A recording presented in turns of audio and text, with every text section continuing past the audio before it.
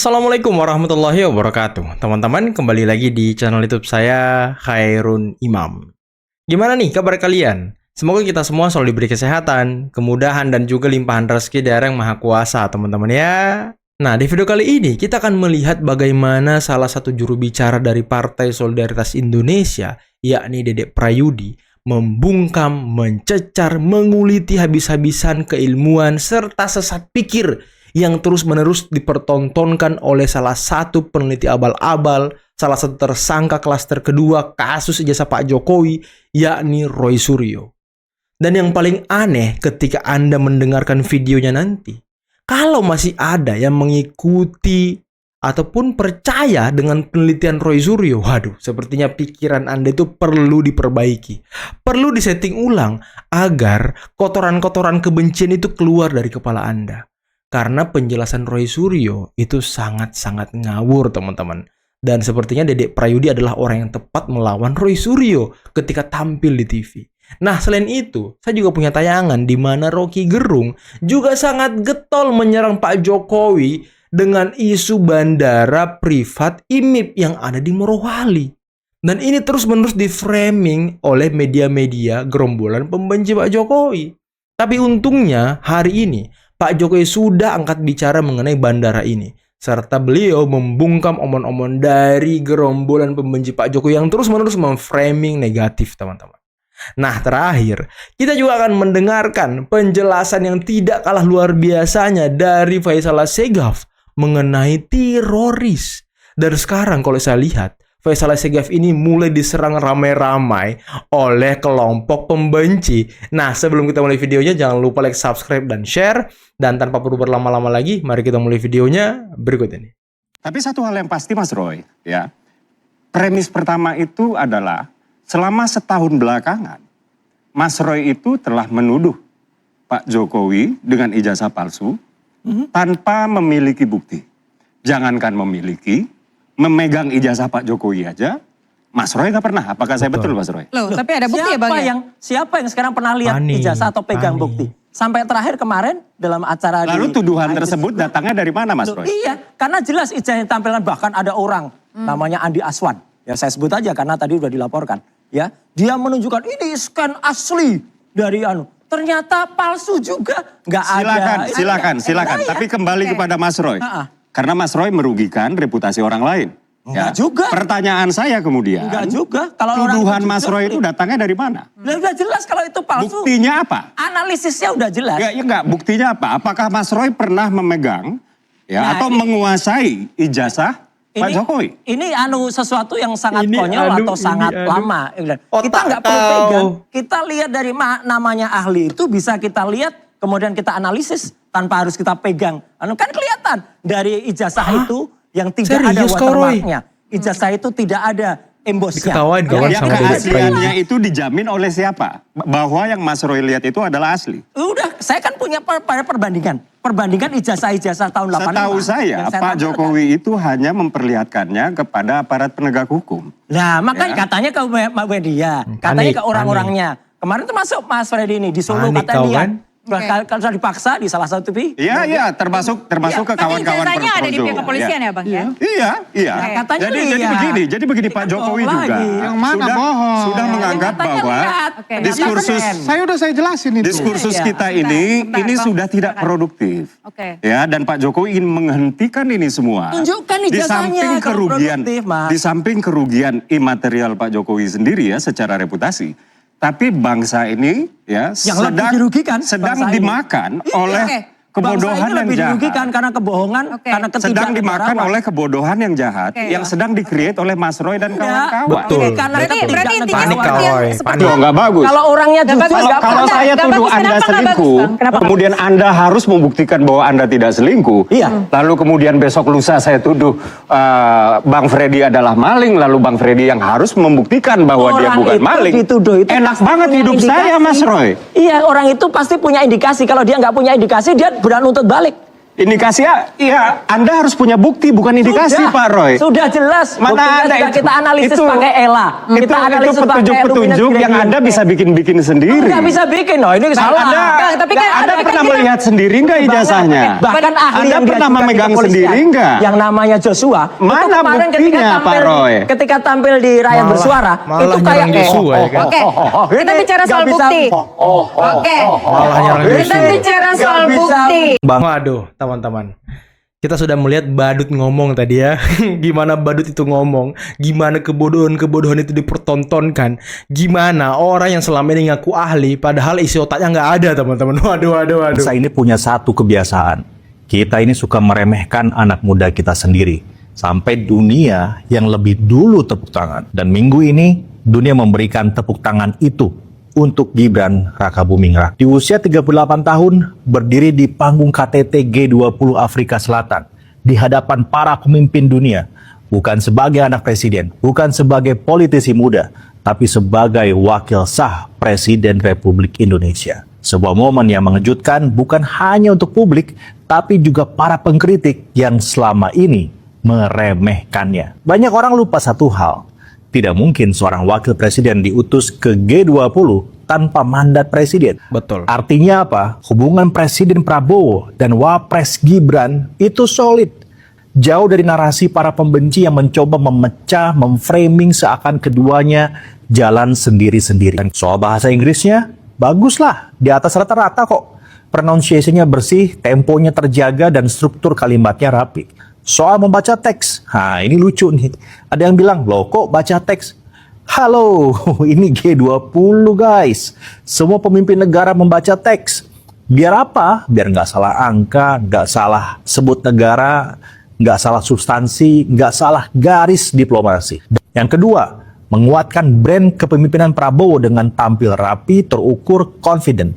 Apalagi kita lihat dalam teks pidatonya, dalam setiap isi pidato Gibran, termasuk juga bahkan di kata-kata yang dicantumkan di sosial medianya, selalu menyebutkan bahwa ia mewakili Presiden Prabowo. Yang ketiga, penampilan yang low drama, high substance. Kita harus akui bahwa kemarin Gibran mengejutkan. Bukan karena selama ini ia lemah, tapi karena terlalu banyak orang yang ingin percaya bahwa ia lemah. Dan ketika ia muncul tepat di panggung global, tiba-tiba kita sadar, oh mungkin kita yang selama ini underestimate. Jenderal Syafri, Muncul lagi. Menteri Pertahanan, mengatakan tidak boleh ada negara dalam negara. Itu betul-betul satu kualitas argumen, satu kualitas statement yang bisa mengakibatkan atau akan berakibat pada pemeriksaan lebih lanjut dengan satu pertanyaan, kalau begitu siapa kepala negaranya? Siapa kepala negara yang mengizinkan ada negara dalam negara? Siapa kepala negara dari negara yang ada dalam negara itu? Kan itu logikanya akan begitu. Dan orang mulai menduga bahwa yang dimaksud adalah mengapa kepala negara, tentu sebelum Prabowo, mengizinkan adanya negara dalam negara. Serius kau? Siapa kepala negaranya? Ya orang tahu. Serius Siapa kau? yang berkuasa selama 10 tahun ketika proyek-proyek itu mulai diajukan dalam bentuk proposal, lalu makin lama makin eskalasi eksplorasinya.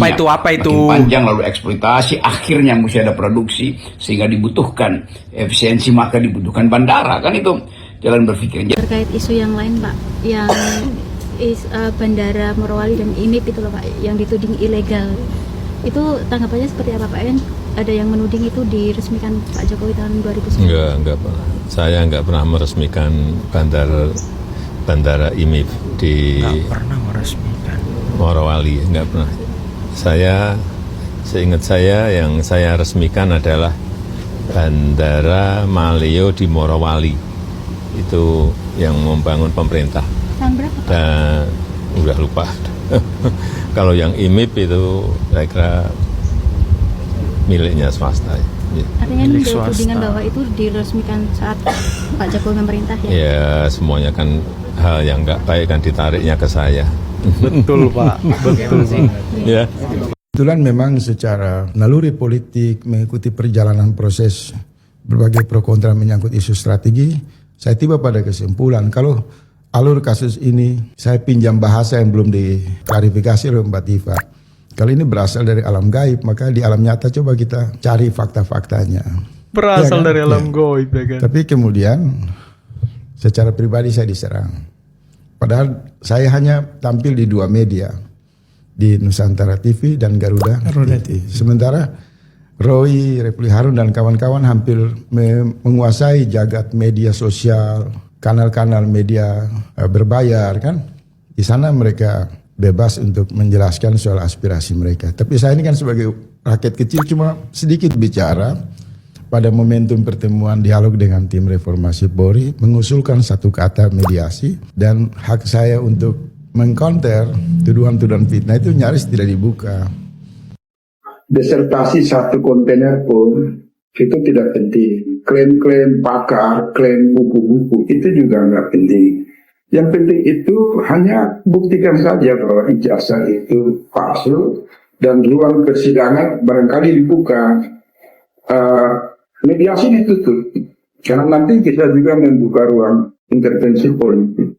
Apakah ada aktor besar di balik polemik tuduhan ijazah Jokowi? Secara pola, isu ijazah Jokowi ini sudah berlangsung bertahun-tahun. Tidak pernah punya bukti kuat, tapi terus di blow up pada momen tertentu. Adanya aktor besar atau orkestrasi itu bukan hal yang mustahil. Bahkan beberapa tandanya cukup jelas. Berikut ini adalah indikasi bahwa isu ini tidak berjalan secara organik. Serangan ke tokoh dengan pengaruh besar biasanya tidak spontan. Jokowi masih disukai publik, punya jaringan politik yang luas, hingga memiliki banyak pendukung. Jadi, nggak heran kalau Jokowi selalu menjadi target operasi politik. Masalahnya bukan sekedar ijazah, tapi serangan ini untuk melemahkan legitimasi politik Jokowi. Pola framingnya selalu sama, membenturkan legitimasi Jokowi. Narasi utama yang dibangun selalu berputar dalam 3 hal. Jokowi tidak sah, Jokowi itu tidak legitimate, dan Jokowi curang. Pola ini identik dengan delegitimasi presiden di banyak negara. Pola seperti ini bukan aksi individu, melainkan kampanye jangka panjang dari sekelompok orang. Narasi selalu didorong oleh jaringan atau kelompok yang sama. Polanya mirip, segmentasi audiensnya serupa, anti-establishment atau oposisi ekstrim, dan komunikasinya sama. Ini adalah tanda klasik dari jaringan orkestrasi, bukan gerakan publik yang organik dan spontan. Tidak ada bukti baru, tapi selalu didorong seolah-olah ada temuan baru. Narasi seperti ada ahli yang menemukan atau ada saksi baru, padahal setelah ditelusuri tidak ada bukti yang konkret, cuma opini atau potongan informasi yang dipelintir. Tapi narasinya tetap digenjot. Ini indikasi agenda, bukan pencarian kebenaran. Isu lama yang dihidupkan kembali berulang kali, terindikasi bukan gerakan organik. Isu organik biasanya hanya muncul sekali, pecah lalu menghilang. Tapi isu ijazah Jokowi muncul di 2014, hidup lagi di 2019, muncul lagi di 2022, meletup lagi di 2024 dan 2025. Isu lama yang diputar ulang biasanya menandakan ada kepentingan politik yang berulang dalam jangka panjang. Kelompok ini selalu tidak puas walaupun ada bukti yang sudah jelas. Ketika pihak berwenang atau lembaga sudah memberikan bukti yang jelas, mereka masih tetap tidak percaya. Kelompok ini masih terus saja mencari celah baru. Maka isu ini bukan soal mencari kebenaran, tapi soal mencari alasan untuk menyerang Jokowi. Apakah ada aktor besar? Kita nggak bisa pastikan ada atau nggak adanya. Tapi kalau dari indikasi pola, ritme, dan berbagai cara serangannya, sangat mungkin ada operasi opini yang sistematis, terukur, dan memiliki tujuan politik jangka panjang. Pada akhirnya, polemik ijazah ini bukan lagi soal dokumen kuliah puluhan tahun silam. Ini soal bagaimana sebuah isu murahan dipaksa terus hidup demi memukul pengaruh seorang tokoh yang masih berdiri terlalu kuat walaupun sudah tidak lagi menjabat sebagai presiden. Nah, itulah tadi beberapa video yang bisa kita simak, yang bisa kita saksikan pada kesempatan kali ini, dan luar biasa ya.